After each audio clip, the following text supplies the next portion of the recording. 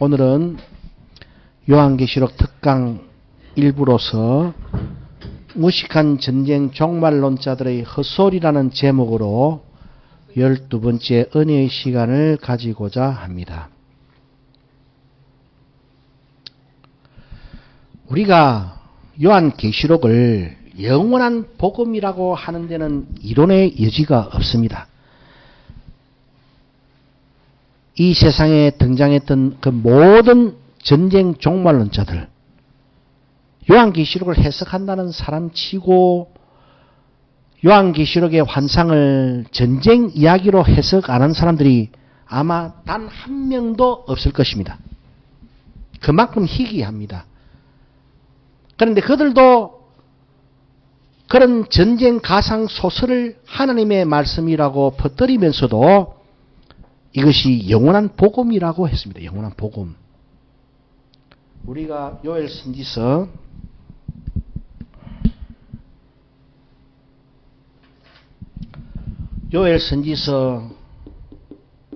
1장 2절로 3절의 말씀을 보면은 영원한 복음이라고 하는 것은 무엇인가 라는 정의가 선지자의 글로서 우리들에게 정언되고 있는데, 너희는 이 말씀을, 이 환상을, 이 예언을 후시대에 고해가지고 듣게 하고 듣게 해서 그 말씀이 끊쳐지지 않게 하라. 그래서 그 내용이 어떤 내용이고 보니까 팥종이가 남긴 것을 메뚜기가 먹고 메뚜기가 남긴 것을 넛이 먹고 넛이 먹은 것을 황충이 먹었도다.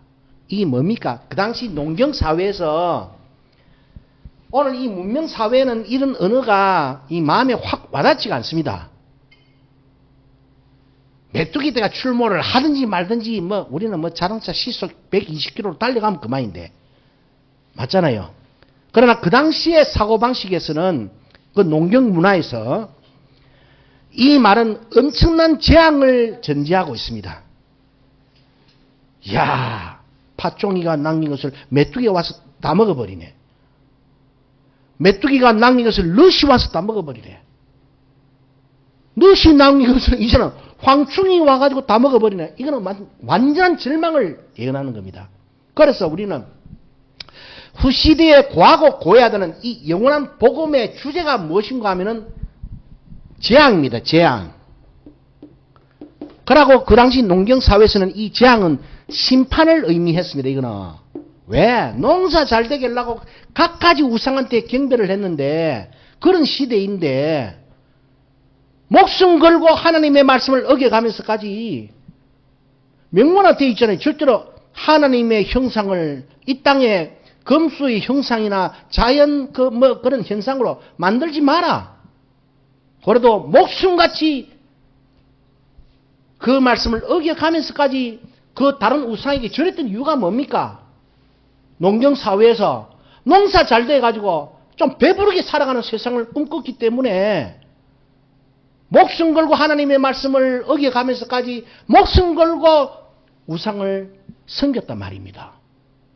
그러니까 야, 싸그리 다 훑어가는 이 재앙의 경고를 보면서 와, 이거는 심판이라 다 생각을 했습니다. 그래서 영원한 복음이 무엇인가? 재앙을 경고하는 것이구나. 그러고 심판을 경고하는 것이구나. 목적이 무엇인가? 회개하게 하기 위해서. 재앙이 목적이 아닙니다. 하나님의 역사에서. 심판이 목적이 아닙니다. 하나님의 사역의 목적이 심판이 아닙니다. 그러나 이와 같은 재앙과 심판을 경고함은 이 죄악된 인간들이 달래가지고는 안 되거든요. 하나님이 누구보다도 잘 압니다. 인간 본성을. 그러다 보니까 이 심판을 경고함으로써 그들로 회개하게 하기 위함인데, 자, 영원한 복음은 여러분 모든 후시대의 사람들이 들어야 될 말씀으로 전해졌겠습니까? 아니면은 어떤 한 특정 시기에 특정 세대의 사람들에게만 전달하려고 영원한 복음을 하나님께서 남겼겠습니까? 영원한 예언을 남겼겠습니까? 그런데 오늘 전쟁 종말론자들의 이야기를 가만히 들어보면은 전부 다 뭡니까? 적그리스도의 출현과 14만 4천의 구원을 세기 말 7년에다가 다 묶어놨습니다. 자, 아이고. 하나님의 영원한 복음이 세기 말에 7년 동안 이 땅에 거주하는 사람들에게만 들리게 하려고 전달되었습니다. 그들의 해석을 들어보면은 이 앞에 7년 전에 살았던 사람들한테는 이 복음이 필요가 없는 거예요. 들을 필요가 없는 거예요. 맞지 않습니까? 그런 의미에서 그들의 말은 지구도 앞뒤도 모르고 씹으리는 거예요. 황당할 노릇입니다, 이거.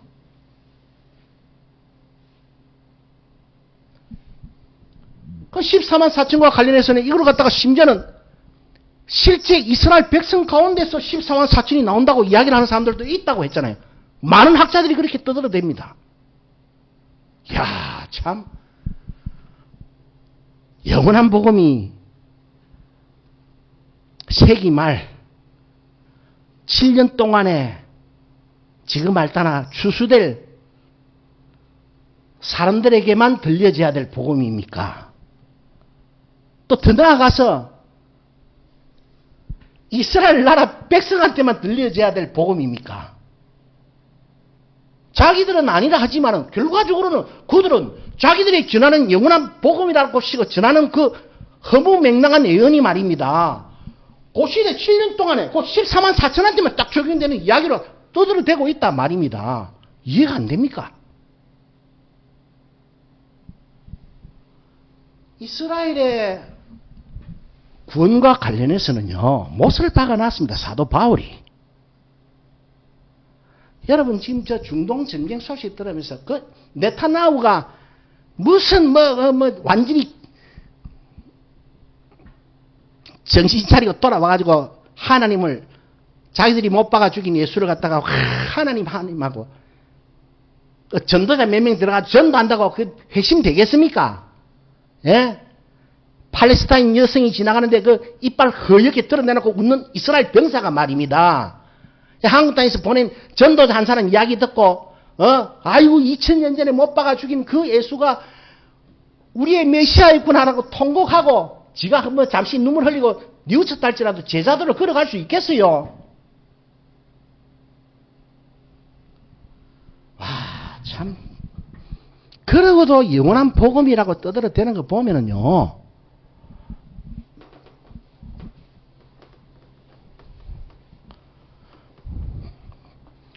이스라엘의 구원과 관련해서는 딱 사도 바울이 못 박아 놔붙습니다. 여기에는 뭐 이론의 여지가 없습니다. 로마서 11장 17절에서 21절에 보면은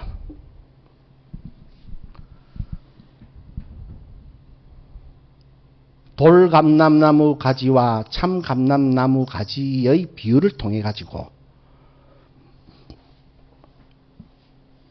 사도 바울이 그 구속 사이의 그 묘한 섭리를 어떻게 표현하고 있는가 하면은 장차 이스라엘이 구원받게 하기 위해 그냥 가만히 있으면은 구원받으려고 안 하기 때문에 그들의 마음에 구원을 향한 시기심이 발동하게 하기 위해서 그들을 쳐내고 이방이라는 그들이 개라고 명명했던 이방인들을 이 구원의 나무에 접붙임 시켜가지고 그들로 하나님의 구원의 수액을 빨아먹겠다. 그렇게 이야기를 하면서 그러나 25절에 보면은 이방인의 충만한 수가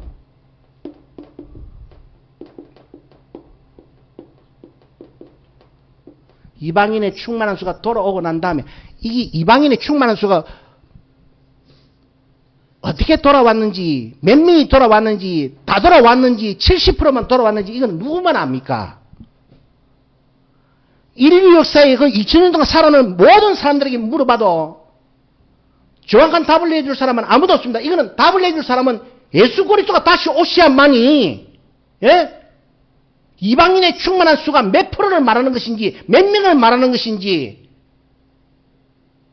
어느 정도의 군집을 말하는 것인지 주님만이 설명할 수 있는 거예요.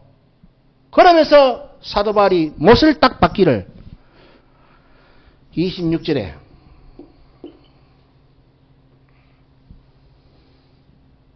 이방인의 충만한 숫자가 돌아오고 난 다음에 이때는 주님이 이 땅에 다시 오실 때입니다. 이 물음에 대한 영원한 답을 줄 수 있는 분은 이 땅에 그분이 다시 오셔야만이 답을 줄 수 있는 거지. 지금 살아가는 사람이 어떻게 답을 내드려요? 이방인의 충만한 숫자가 몇 명인지 압니까? 아무도 몰라요. 이방인의 충만한 수가 다시 채워질 때 그때는 예수 그리스도가 이 땅에 다시 오시는 날입니다. 그날에 구원자가 시온에서 와서 온 이스라엘을 돌이킬 것이다. 네타냐후 그 이스라엘 병사들 그 한국의 전도자 몇 명 가가 전도 못 시킵니다, 여러분. 주님이 다시 오셔야만이요. 여러분 그 이스라엘 백성들의 그 깊은 저변 심리에는요. 예수 그리스도는 그냥 나무에 달려 죽은 자에 불과합니다. 그 예수가 다시 살아 돌아와야만이 지정신 차리고 돌아올까 말까 할 세상에 예수 그리스도가 오시기 전에도 이 사람들이 구원을 받는다고 그래서 14만 4천이 그 이스라엘 가운데 나오는 요한계시록 7장에 보면은 뭐 이스라엘 12지파에서 그 많이 전씩 이 14만 4천이 나온다니까 또 그는 또 문자로 또 적용을 하네. 참네. 아이고, 나는 한 가지만 생각하란 말입니다. 영원한 복음은요, 말세지 말에 7년 동안 구원받을 14만 4천 명만 딱 두고 예언한 것이 아니고, 더더군다나, 그 유대 땅덩어리, 그 이스라엘 백성 가운데서만 나오는 14만 4천을 말하는 것도 절대로 아니고, 영원한 복음은 밤모섬의 요한계시록이 사도연에게 주어지는 시간부터 모든 세대의 사람들에게 전달되어야 되는 재앙과 경고의 회개 촉구입니다. 그것이 영원한 복음이에요. 그런 의미에서 오늘날 이 지구 땅덩어리에서 전파되고 있는 모든 요한계시록들 짜가리입니다. 그 타켓들을 그래 맞춰가지고 그게 무슨 영원한 복음입니까? 말도 아니고.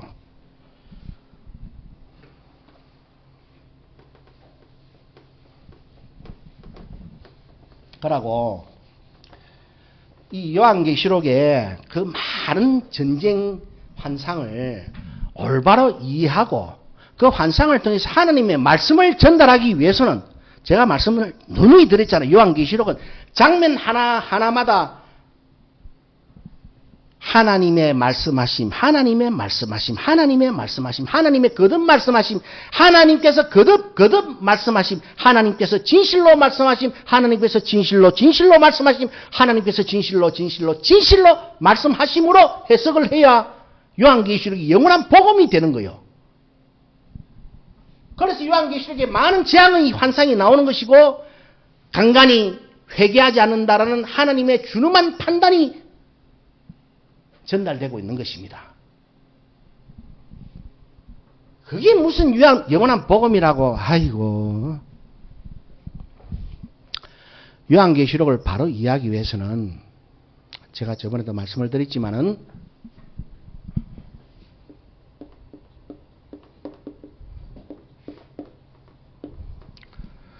두 정인과 두 뿔, 하나님의 인과 짐승의 표, 하나님의 신부와 음녀. 음녀가 세상이 될 수 없는 이유를 제가 저번 시간에도 말씀드렸고 그 저번 시간에도 내가 말씀을 드렸습니다. 절대로 그 문맥을 가만히 유심히 보면은 절대로 이 음녀는 세상 아닙니다.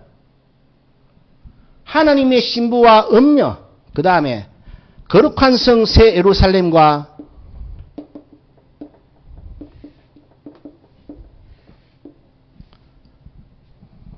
큰 성 바벨론. 그러고 거룩한 성 새 예루살렘은 하나님의 신부와 동의어고 음녀는 큰 성 바벨론과 동의어라는 이 분명한 이 기본 틀을 가지고 요한계시록을 접근해야 거기서 들려오는 세미한 하나님의 음성을 들을 수가 있습니다. 부족한 저처럼 그 전쟁 종말론 자들 이야기 들어보면 그 영원한 복음이 아니기 때문에 몇 번 죽이고 나면 미천 다 떨어져가 지는 그대로 전하지도 못해요. 공식화 시킨 뭐 그런 뭐 요거는 요거고 3차 세계대전은 유브라데 전쟁이고 뭐 그 정도밖에 하고 나면 할 말이 없는데 교회를 향해서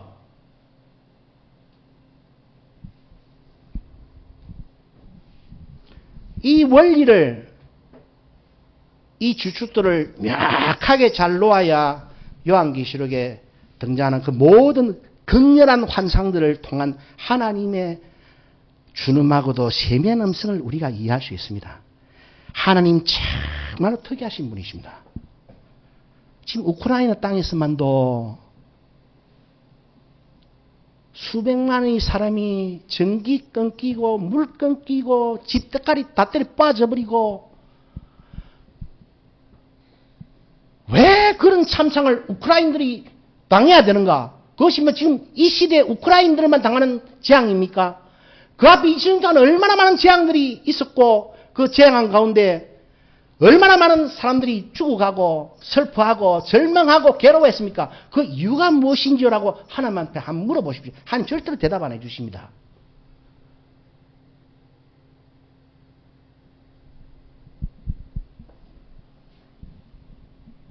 그 이유가 뭔지 알아오는 사람들 제가 평생 스스로 모십니다. 하나님은 그만큼 그 주님의 12 제자들도 궁금한 게 많았을 것 알겠습니까? 그 주님, 그 에덴 동산에 그 아담과 하와가 진짜 사람이고 그게 뭐 실존 인물이고 그 뭐 뱀이 또 그 에덴 동산에 키 들어가지고 사람하고 대화를 하는데 그 뱀이 진짜입니까? 뭡니까? 궁금해하는 눈빛을 그 주님이 몰랐었겠습니까? 예? 그래도 일절 말해주지 않습니다.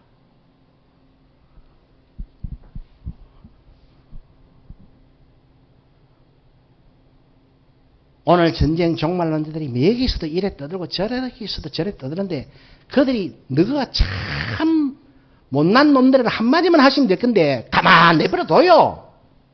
예? 그까지가 못 내버려둡니까? 얼마나 하나님이 특이하신데 하나님의 깊고 깊은 심리를 다 우리가 이해할 수 있을 것 같습니까? 우리는 윤리 기준으로 하나님을 판단할 수가 없습니다.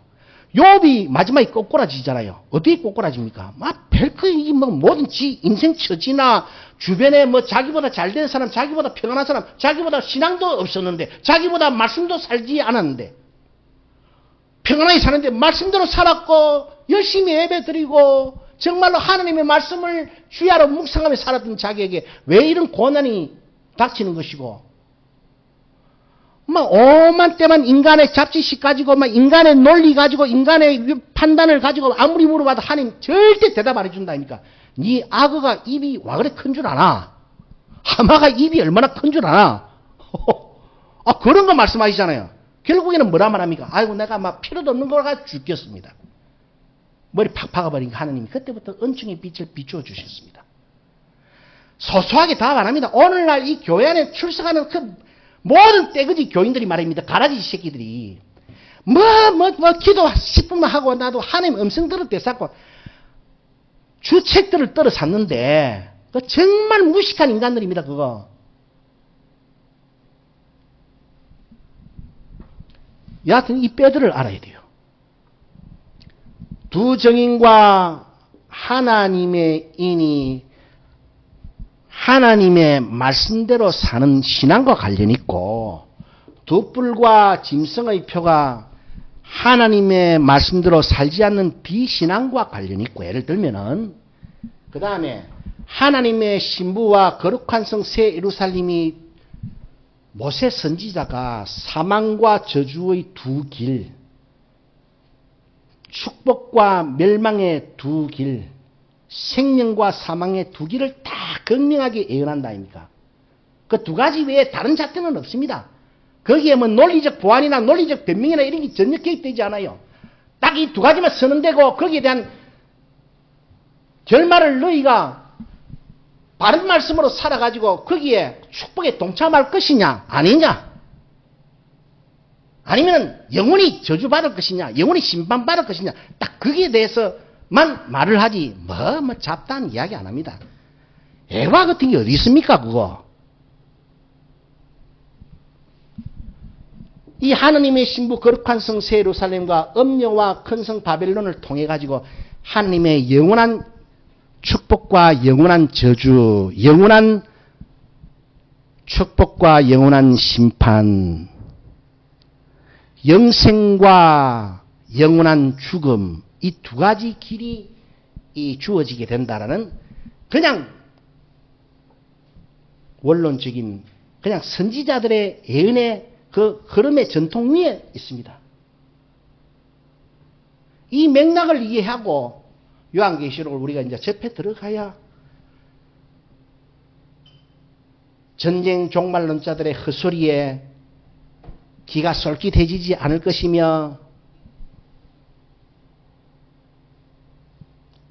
그러니까 그런 사람들 때문에 이 하나님의 영원한 복음이, 영원한 말씀이 이 심령들에게 들어가 비추일 틈이 없는 거요. 다 막아놔가지고 연기로 죄를 다 뿌려놔가지고 부연데 그 뭐가 들어갑니까?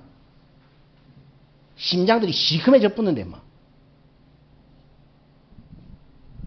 그래서 요 맥락에서 이제 하나님의 말씀을 우리가 이제 들어가 봐야 전쟁 종말론자들의 그 논리가 얼마나 헛소리인가 하는 것을 우리가 알 수 있습니다. 그래서 14번째 시간까지 요거로 마무리를 하고 이제 요한계시록 특강 2부에서는 전쟁과 제국이라는 제목으로 말씀의 은혜를 또한 나누어 가도록 하겠습니다. 기도 올리겠습니다.